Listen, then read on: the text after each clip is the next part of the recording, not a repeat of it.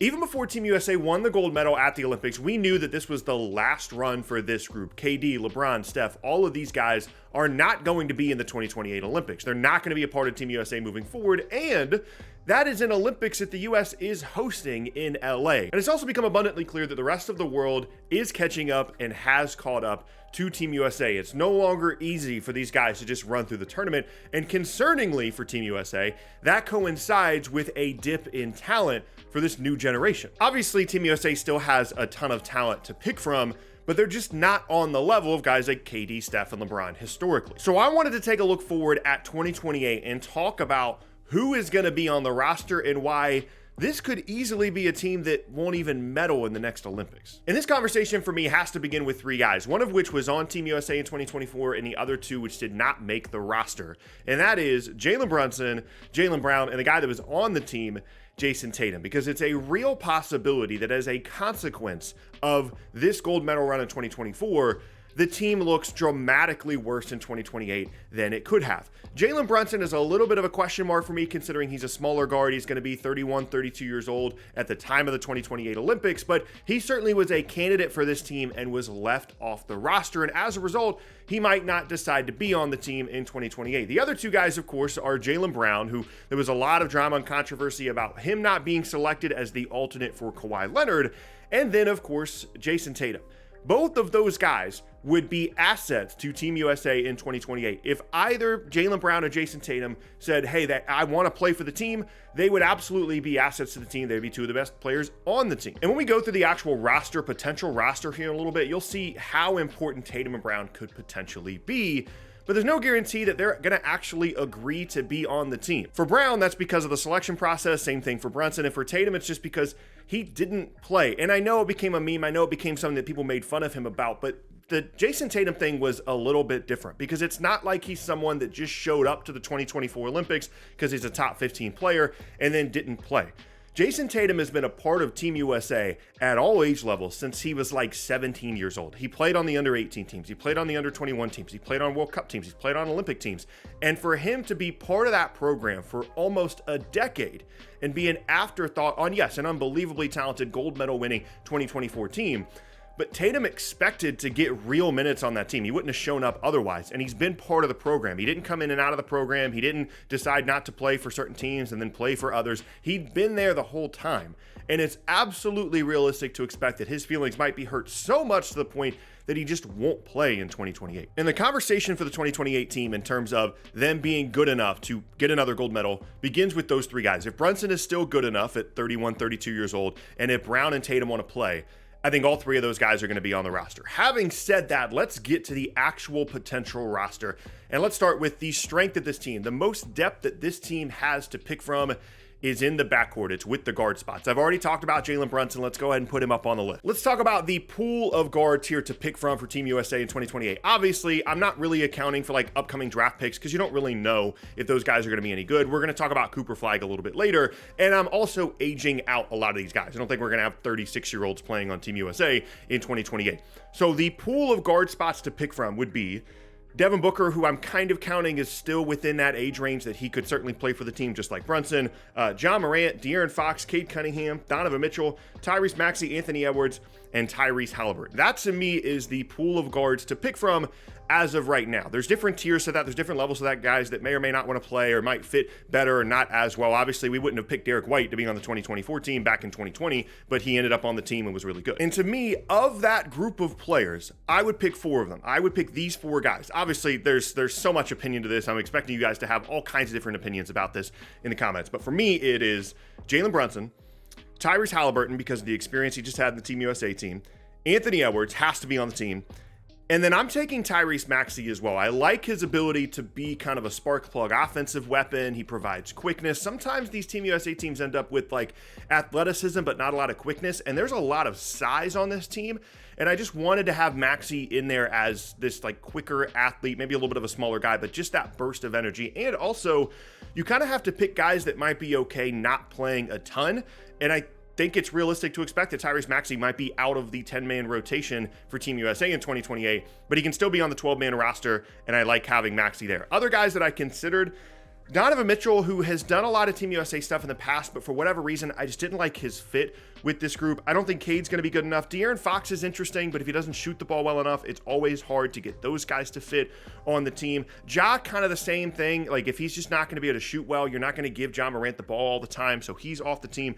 And then I just didn't include Devin Booker because I don't think that it's a lock that he's going to want to play in 2028, coming off, obviously, the success of 2024. I'm just kind of leaving him off as, like, the veteran guy that will just maybe choose not to play. There's some other guys you could throw in here as well, but to me, that's the pool of guards. And obviously, when you compare that group to the group that just went to the Olympics 2024 in terms of the guard spots, it is certainly a downgrade. Then we go to the wings. This is a really difficult group to figure out. I've talked about Tatum and Brown. They're not on the list because I don't think either of them are going to play in 2028. But if they were to decide to play, they're on the team. They're both going to be there, and I would put them over any of these guys that I'm about to mention, okay? Other guy to mention here, of course, would be Cooper Flagg. I'm putting him in the theoretical pool here because of how well he played in some of the scrimmage stuff for Team USA before the Olympics actually started. He is probably going to be in the pool, as are some other guys that are going to get drafted between now and 2028, but it doesn't make sense to me to pick someone other than Cooper Flagg as like a high schooler guy that is going to be on the team and project their roster spot all the way 4 years from now. Other than that, with guys that are currently in the league right now, here is the pool for the wings. I'm going to go with Scottie Barnes, Mikal Bridges, Jalen Williams, Zion Williamson, and Paolo Banchero. Those are my 5 guys. Those are the guys that I feel really confident about their versatility. And I do definitely have some concerns about them, but let's talk about each one. I'm putting Scottie Barnes on the list. I'm okay if he doesn't go because there's potentially some redundancy with him and Zion and Paolo, these guys that are, combo forwards that aren't outstanding floor spacers that maybe need the ball a ton, and maybe there's some redundancy there. But if there's going to be an advantage for Team USA in 2028, I think it's going to be size and athleticism and ability to get to the rim, rebound, defend. It's going to be a little bit different. It might not necessarily be the most skilled basketball team that Team USA has ever had, but that level of physicality is going to be extremely, extremely important for that team. And I just think that Scottie, Paolo, and Zion are all going to be a huge, huge part of that.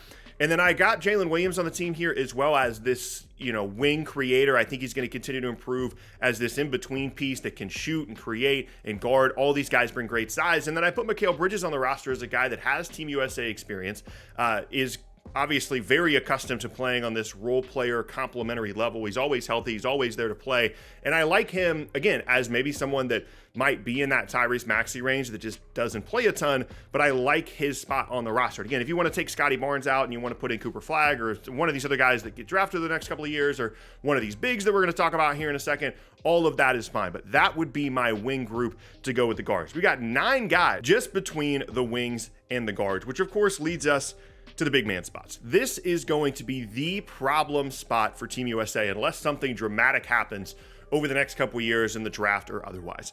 Basically, this was a 4-man group to pick from. It was Evan Mobley, Jaren Jackson Jr., Bam Adebayo, and Chet Holmgren. Bam and Triple J obviously have Team USA experience in the past. Bam has been on the team for a couple of different versions of Team USA now, and he would be the guy that potentially, wouldn't play depending on as he gets a little bit older and, wanting to or not wanting to play. He's kind of in that Devin Booker range, right? But we're expecting Eric Spoelstra to be the new head coach for Team USA in 2028, so I feel like Bam kind of has to be part of the pool.